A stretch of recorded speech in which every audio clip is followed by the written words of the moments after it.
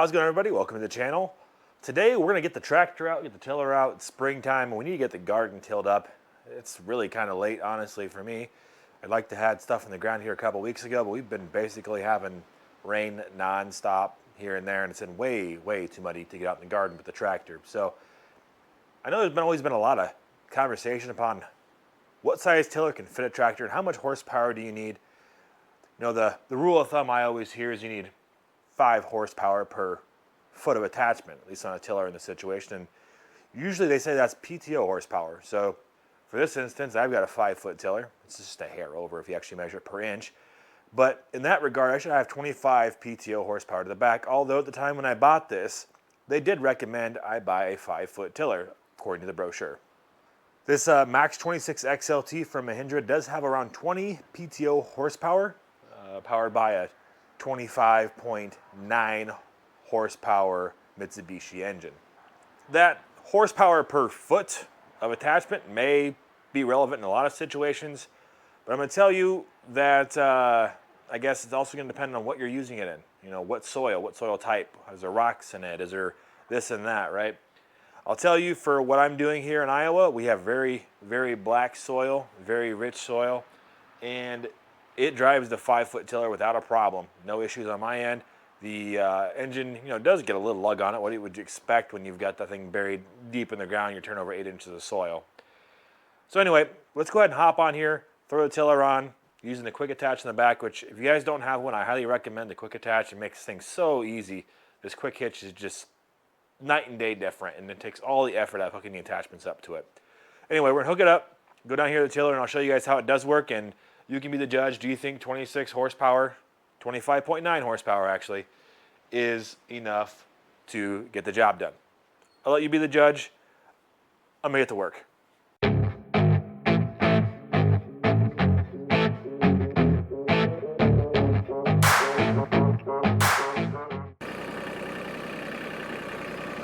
Alrighty, it is a little windy out today. Hopefully you guys can hear me okay. Alright, we'll bring her down in here. I guess put your seatbelt on for safety. Alright, let's see if 25.9 horsepower is enough to let her chew.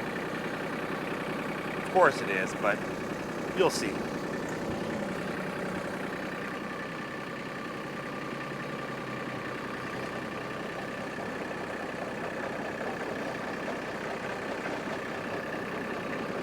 Get up here to the 540 RPM.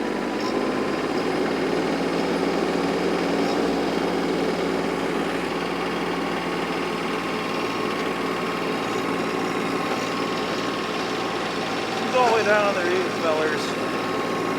Engine's not even struggling. I'm going slow just so I can get a good mix in here, but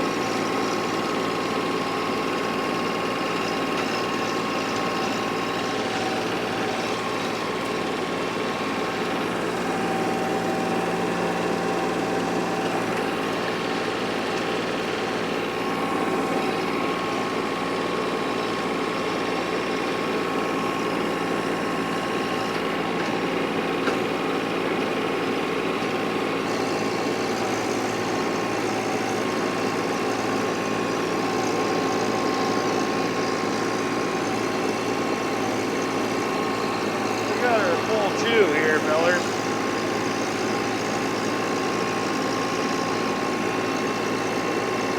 Use a little horsepower, but you know, we're not necessarily going at turtle speed either. She's really down in there. That's full depth. 5 foot.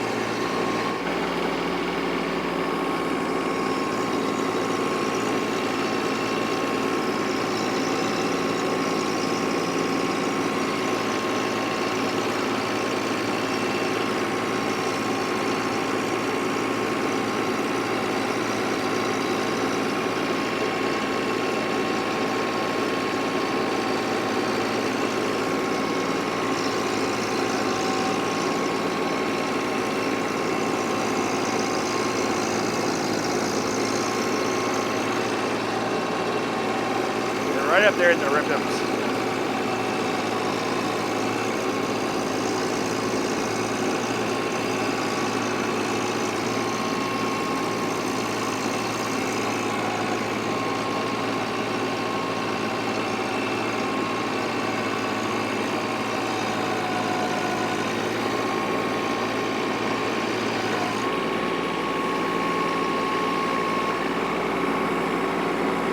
just remember, more horsepower wouldn't be a bad thing, but I guess what I'm trying to show you here is it's nice to have something that covers the width of your tractor wheelbase, right?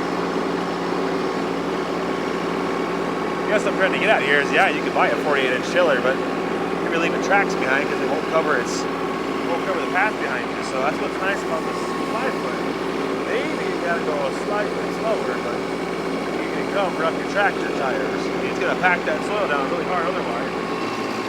Unless you got an offset 48-inch tiller, you're gonna be kind of tight.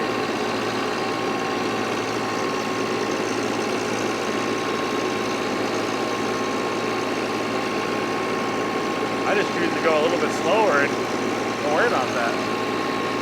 But you're just tilling them so nice. So nice.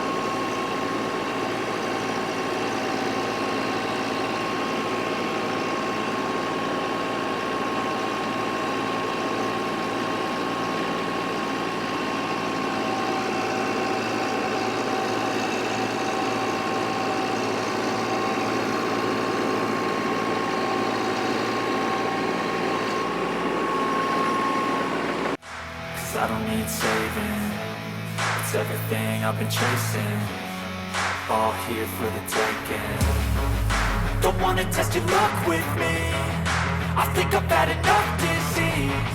I'm sick of all the bad thoughts, people who are half-nots. You are not as tough. So you get the general idea. 25.9 horsepower to be exact. That's about 19 at the PTO. Is well enough to get the job done. Soil is beautiful. We've got several inches of rain the past week, but you know, a nice warm day and we are in good shape. This is some beautiful black soil here in Iowa. Anyways, hopefully this helps clear up the conundrum of, do you have enough horsepower to drive a tiller? I mean, in this instance, I got a 5-foot tiller again with a 25.9 horsepower engine, 19 horsepower to the PTO, and it gets the job done. Again, this is pretty forgiving soil here in Iowa. Nice black soil with no rocks, nothing of any of that nature in it. And you know, if you go too fast, yeah, maybe you'll lug down the engine just a skosh, but I mean, if you go too fast anyways, you're not getting a good till under. Pretty happy with the bed we got here for the seeds and the plants, so we're gonna go ahead and finish this up. Again, just a couple of things to consider when you're doing this is 5-foot does cover that, you know, your tires on the back of this tractor. Oh, at 48, I'd have been leaving tracks down the middle, and unless I had an offset tiller, you know, and that's not great because again, it's gonna be packing down the dirt with your tractor, and that's not really a win situation. So that's the main reason, other than, you know, I was told that the 5-foot goes with this tiller on the brochure. Covering the wheel width is kind of what's important to me, and you know, making sure you're not having to have packed down dirt from your tractor is also a good thing. So long story short, my tractor has enough to get the job done with the 5-foot tiller in my situation. If you've got similar soil to me, or really anything that's not super heavy in clay, I think you'd be just fine doing a 5-foot with your 25 horsepower engine Keep in mind, if you have a shuttle shift engine, you got a little more PTO horsepower than you do with a hydrostat. But it works well in my situation. Well, that's about the only thing educational I'm gonna have for you guys today. If you guys want to stick around and watch me until the rest of this in time lapse, I'd greatly appreciate it if you did. If you guys have stuck with me this far in the video, you must like something I'm doing here on the channel, whether it be tractor, outdoor project related, indoor project related, some of the stuff, but just projects in general. Again, here on K6 Outdoors, the intent of the channel is to maybe I can learn some of this stuff the hard way so you don't have to, or really we can learn together, because some of the stuff I've never done myself. So anyways, hope you guys enjoyed the video. If you guys like what I'm doing here on the channel, give me a thumbs up. I'd really appreciate that. If you don't, give me a thumbs down, but give me some feedback how I can improve things here. If you're not already a part of the K6 Outdoors YouTube family, and you like the content you saw today, or really any outdoor projects, a lot of the stuff I'm doing the first time, and I can learn some of this stuff the hard way so you don't have to, or really in that situation, we can learn together. So if you guys like the channel, hit that subscribe button and hit that little bell next to it, make it turn gray. That way you get notifications when I do post videos like this, so you can stay on top of what's happening here on the channel. Again, thanks again for all your viewership. Without you all, this channel wouldn't exist, and I really do enjoy sharing this with you all. So I hope you learned something today, and maybe I taught you something, because that's what I'd like to get done in this channel. Thanks again for stopping in to K6 Outdoors. My name is Kyle, and I'll catch you in the next one. We'll see ya.